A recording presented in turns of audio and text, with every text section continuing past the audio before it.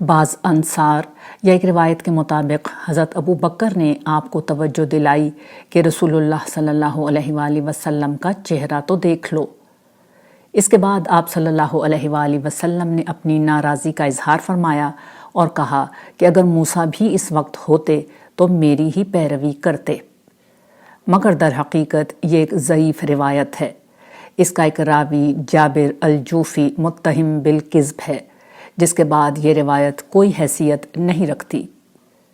بالفرض اس روایت کی کوئی حقیقت ہوتی تب بھی زیادہ سے زیادہ یہی ثابت ہوتا کہ آخری شریعت کے بعد کسی اور شریعت کی پیروی جائز نہیں۔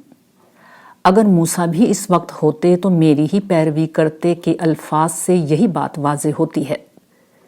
ظاہر ہے کہ اس پہلو سے یہ ممکن نہیں کہ رسول اللہ صلی اللہ علیہ وآلہ وسلم کے سوا کسی اور طرف دیکھا جائے، چاہے وہ کوئی نبی ہی کیوں نہ ہو۔ مزید یہ کہ رسول اللہ صلی اللہ علیہ وآلہ وسلم کے زمانے میں قرآن مجید کا نزول ہو رہا تھا۔ اس وقت سب سے بڑا کام قرآن مجید کو محفوظ کرنا تھا، اس لیے احادیث تک کو لکھنے کی اجازت نہیں دی گئی۔ ایسے زمانے میں حضرت عمر جیسے آدمی کا قرآن کے بجائے کسی اور چیز میں لگنا کسی صورت درست نہیں تھا۔ چنانچہ کسی پہلو سے بھی یہ روایت کوئی اصولی ہدایت نہیں دیتی۔ یہی وہ پس منظر ہے جس میں دور صحابہ سے لے کر آج تک اہل علم قدیم صحف سماویہ کو پڑھتے اور نقل کرتے آئے ہیں۔ چنانچہ آج بھی کسی طالب علم کا قدیم کتابوں سے دین حق کی سچائی اور کسی نصیحت اور نیکی کی بات کا نقل کرنا کسی پہلو سے غلط نہیں۔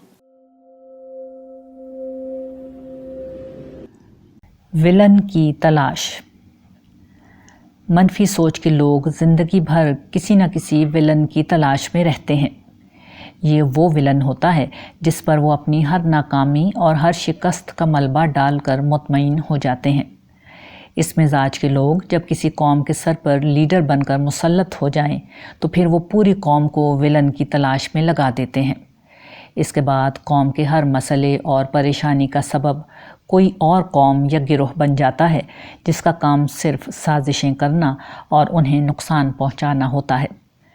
اس کا مطلب یہ نہیں کہ اس دنیا میں ولن نہیں پائے جاتے۔ بلا شبہ اس دنیا میں ولن اور دشمن پائے جاتے ہیں، مگر انہیں کامیابی ان کی کوششوں سے زیادہ ہماری کمزوریوں کی بنا پر ملتی ہے۔ اس کی سب سے بڑی مثال شیطان ہے۔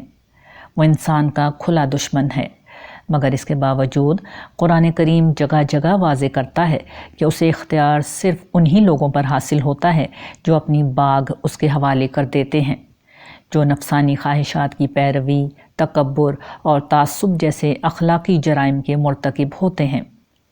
یہی معاملہ ان افراد اور اقوام کا ہے جو ہمارے اطراف میں رہ کر ہمیں نقصان پہنچانے کی کوشش کرتی ہیں۔ یہ ان کی کوششیں نہیں جو انہیں کامیاب کرتی ہیں، بلکہ ہماری حماقتیں اور کمزوریاں ہیں جو ہمیں نامراد کرتی ہیں۔ اس لیے عقل مند وہ ہے جس کی ساری توجہ کسی ولن کو تلاش کر کے اس پر الزام ڈالنے کے بجائے اپنی کمزوریوں کو تلاش کر کے انہیں دور کرنے پر مرکوز رہے ولن ڈھونڈنے والے تو بربادی کے سوا ان کا مقدر اور کچھ نہیں۔ حقیقت یہ ہے کہ خدا کی دنیا میں ولن تلاش کرنا ہی ایک جرم ہے۔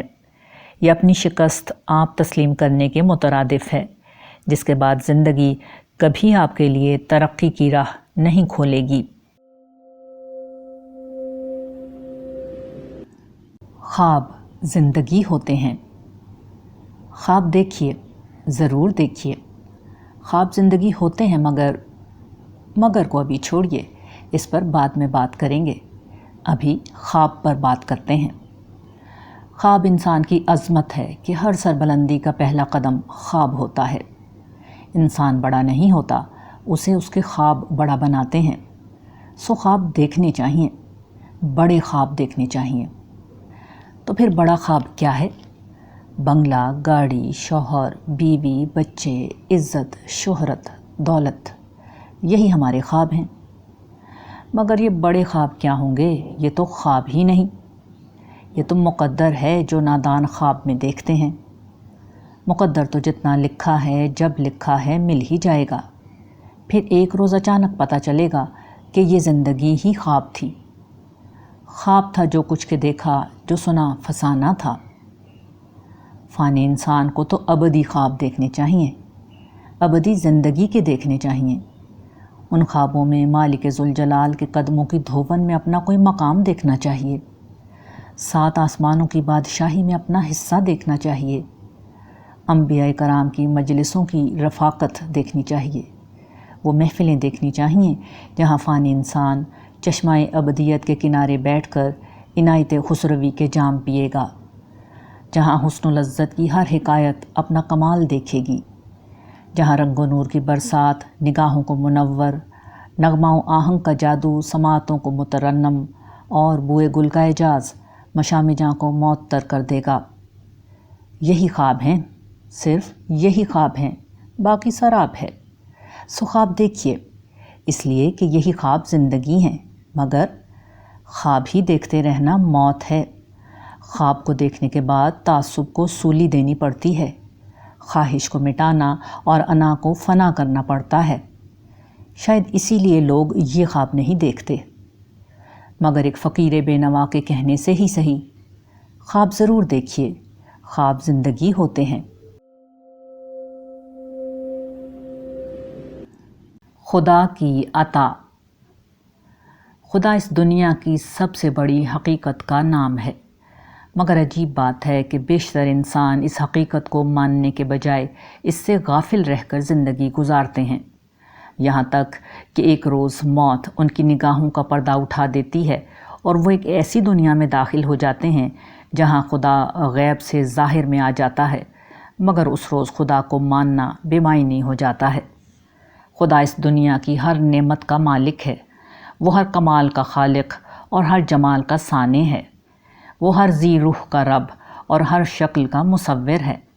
اس نے سورج، چاند اور تاروں کو انسانوں کے لیے مسخر کر رکھا ہے، اس نے زمین و آسمان میں رحمتوں کے انبار لگا رکھے ہیں، اس نے اپنے بندوں کے لیے جمال و کمال کی ایک ایسی دنیا بسا رکھی ہے جو معلوم کائنات میں کسی جگہ موجود نہیں۔ یہی نہیں، جو بندے اس کو دل سے مان کر خود کو اس کے حوالے کر دیں، وہ غیب میں ہوتے ہوئے بھی ان کی ہمیشہ دستگیری کرتا ہے۔ وہ سب کی سنتا ہے مگر ان کی سن کر مان بھی لیتا ہے، وہ سب کی خبر رکھتا ہے مگر ان کی خبر گیری بھی کرتا ہے، وہ سب کچھ کرنے کی قدرت رکھتا ہے اور ان کے لیے واقعتاً سب کچھ کر بھی دیتا ہے، وہ سب کو دیتا ہے مگر ان کو دیتا ہی چلا جاتا ہے، لیکن امتحان کی دنیا میں وہ یہ سب کچھ پردہ غیب میں رہ کر کرتا ہے، اس لیے اپنی رحمت کو ہمیشہ اسباب کے پردے اور تاخیر کے ڈھکنے میں ڈھانک کر انہیں دیتا ہے، اس لیے عام لوگوں کو یہ محسوس ہی نہیں ہو پاتا کہ وہ کس کے ساتھ کیا کر رہا ہے۔ مگر ایک دن آئے گا جب وہ اعلانیہ اپنے بندوں کو نوازے گا، سب کے سامنے اور ان کی مرضی کے عین مطابق ان کو دے گا۔ خدا کی یہی شان عطا ہے جس کے لیے یہ دنیا اور آنے والی دنیا بنائی گئی ہے۔ قابل رشک ہیں وہ لوگ جنہوں نے خود کو اس کی عطا کا امیدوار بنا لیا ہے۔ نیت اور شہادت۔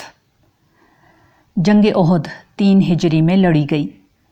اس جنگ میں ابتدا میں مسلمانوں کا پلہ بھاری تھا، مگر پھر سرکار دو عالم صلی اللہ علیہ وآلہ وسلم کے ایک حکم کی خلاف ورزی کے نتیجے میں 70 مسلمانوں کو جام شہادت نوش کرنا پڑا۔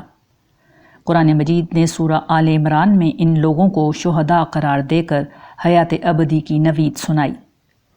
اس جنگ میں مسلمانوں کی طرف سے قزمان نامی ایک جنگجو نے حصہ لیا۔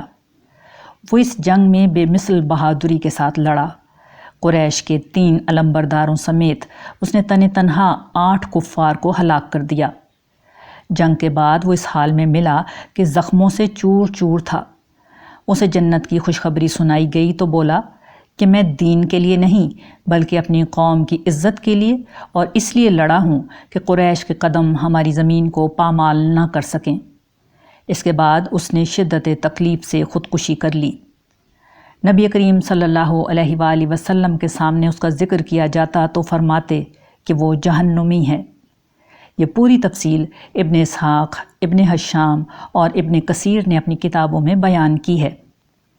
اس واقعے سے معلوم ہوتا ہے کہ کوئی شخص کس کے خلاف جنگ لڑ رہا ہے اور کون اسے مار رہا ہے اس کی کوئی حیثیت نہیں ہوتی، حتیٰ کہ جنگ کرنے والا نبی کریم صلی اللہ علیہ وآلہ وسلم کے ساتھ جنگ کرنے کا عظیم شرف حاصل کر رہا ہو اور اسے مارنے والے وہ کفار مکہ ہوں جن کے کفر پر قرآن گواہ ہے، تب بھی اصل اہمیت اپنی نیت کی ہوتی ہے۔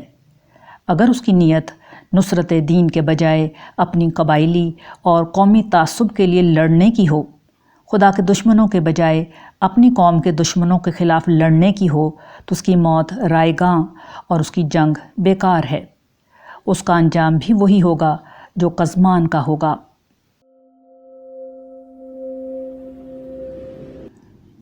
کنفیوژن کا انجام۔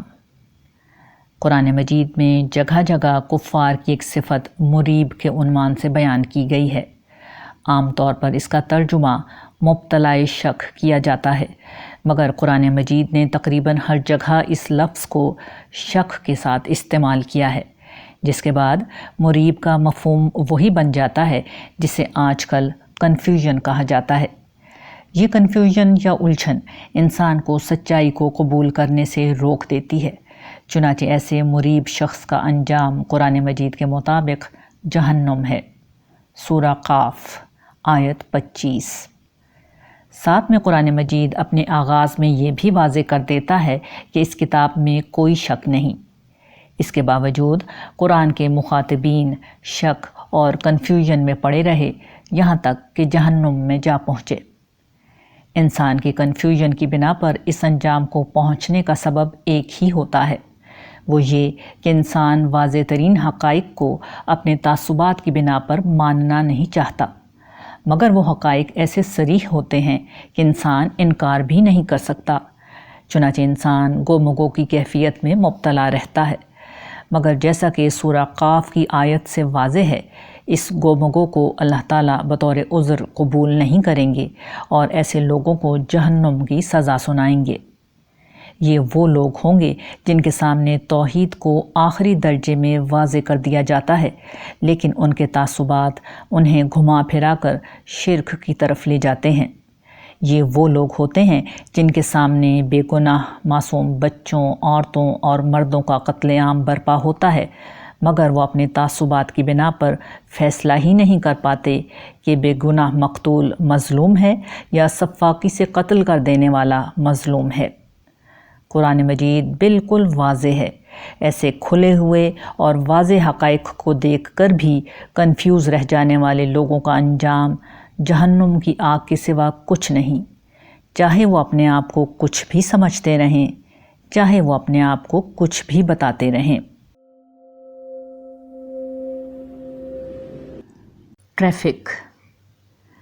کہا جاتا ہے کہ کسی معاشرے کی تہذیب و روایات اور اقدار و قانون کی حالت کا جائزہ لینا اگر مقصود ہو تو اس کا سب سے آسان طریقہ اس کے ٹریفک کے نظام کا مطالعہ کرنا ہے۔ اس پہلو سے جب پاکستان کے شہروں پر رواں ٹریفک کا جائزہ لیا جائے تو معلوم ہوتا ہے کہ ترتیب، تنظیم، قانون کی پاسداری، حتیٰ کہ انسانی جان تک کی یہاں کوئی وقت نہیں۔ ہمارا ٹریفک ہماری پوری زندگی کی طرح قرآن مجید کی بیان کردہ اخلاقی تعلیم کے منافی چل رہا ہے۔ قرآن مجید کی اخلاقی تعلیم افراد اور اجتماعیت کے ہر شعبے کی اصلاح کا سب سے بہتر ذریعہ ہے۔ ٹریفک ہی کو اگر لے لیا جائے تو معلوم ہوگا کہ قرآن کریم کا ایک حکم ایسا ہے جو دیا گیا تو پوری زندگی کے لیے ہے، لیکن ٹریفک کی اصلاح کے لیے بھی اس سے اچھا اصول موجود نہیں۔ ارشاد باری تعالیٰ ہے، رحمان کے بندے وہ ہوتے ہیں جو زمین پر دھیمی چال چلتے ہیں، اور جب جاہل ان کے منہ آتے ہیں تو وہ ان کو سلام کر کے رخصت ہو جاتے ہیں۔ سورۃ الفرقان۔ ٹریفک کے سارے مسائل دو بنیادی وجوہات سے پیش آتے ہیں، ایک جلد بازی اور دوسروں سے آگے نکلنے کی سوچ، اور دوسرا اپنی غلطی نہ مان کر دوسروں سے لڑنا اور بد کلامی۔ قرآن مجید کی یہ آیت بتاتی ہے کہ جو لوگ خدائے رحمان کی بندگی کا شرف حاصل کیے ہوتے ہیں، ان کا اولین وصف یہ ہے کہ وہ راستوں میں اکڑتے نہیں، دوسروں کو پیچھے چھوڑنے کی کوشش میں جلد بازی نہیں کرتے، بلکہ ان کی رفتار میں دھیما پن اور عاجزی نمایاں ہوتی ہے۔ دھیمے پن کی یہی وہ نفسیات ہے جو قانون کی پاسداری کی بنیادی شرط ہے، اور اگر یہ ایک دفعہ پیدا ہو جائے تو سڑکوں پر سگنل توڑنے، تیز رفتاری اور خطرناک اوورٹیکنگ جیسے جان لیوا کاموں سے انسان کو بچاتی ہے۔ اسی طرح لوگوں سے اگر چھوٹی موٹی غلطی ہو جائے تو اس آیت پر عمل کی صورت میں سڑکوں پر لڑائی جھگڑے کی نوبت نہ آئے گی۔ اول تو ہر شخص اپنی غلطی مان لے گا، اور اگر کوئی شخص جہالت کا مظاہرہ کرے گا بھی تو دوسرا شخص قرآن مجید کے حکم پر عمل کرتے ہوئے اسے جواب دینے کے بجائے سلام کر کے رخصت ہو جائے گا۔ یہ رویہ عام ہونے کی صورت میں سڑکوں سے قانون شکنی، ایکسیڈنٹ میں موت اور معذوری اور لڑائی جھگڑے، بد کلامی اور ظلم و زیادتی جیسی تمام برائیاں ختم ہو جائیں گی۔